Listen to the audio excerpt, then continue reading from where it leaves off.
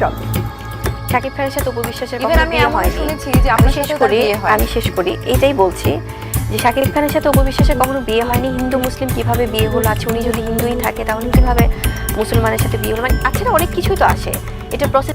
শাকিবের সাথে অপুর অবৈধ সম্পর্ক এ কি বললেন বুবলি। ভিউয়ার্স, বিস্তারিত জানতে পুরো ভিডিওটিকে না টেনে সম্পূর্ণ দেখতে থাকুন।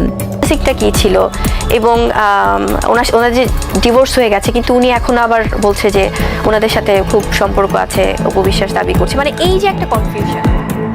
সম্প্রতি চ্যানেল 9-এর একটি অনুষ্ঠানে হাজির হন ঢালিউড কুইন অপু বিশ্বাস। অপু বিশ্বাসকে সেখানে স্ক্রিনে বুবলির একটি ভিডিও ক্লিপ দেখানো হয়, যেখানে বুবলি স্পষ্টই বলছে যে শাকিব খান আর অপু বিশ্বাসের কখনোই বিয়ে হয়নি, কেননা তারা দুজনেই দুই ধর্মের। বুবলি বলে যে অপু বিশ্বাস হিন্দু আর শাকিব খান মুসলমান, আর অপু বিশ্বাস তো কখনোই মুসলমান হননি, তাই তাদের বিয়েও হয়নি।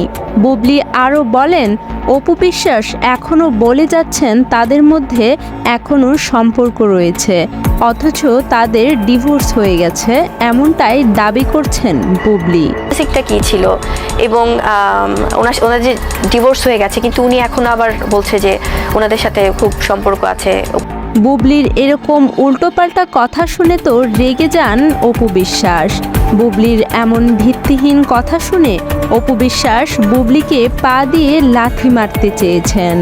আমি ছোট করি, পায়ে ফেলে দিয়ে পা দিয়ে লাথি মারি এবং অপু বিশ্বাস বলেন, আমি মুসলমান হয়েই তবে শাকিব খানকে বিয়ে করেছি।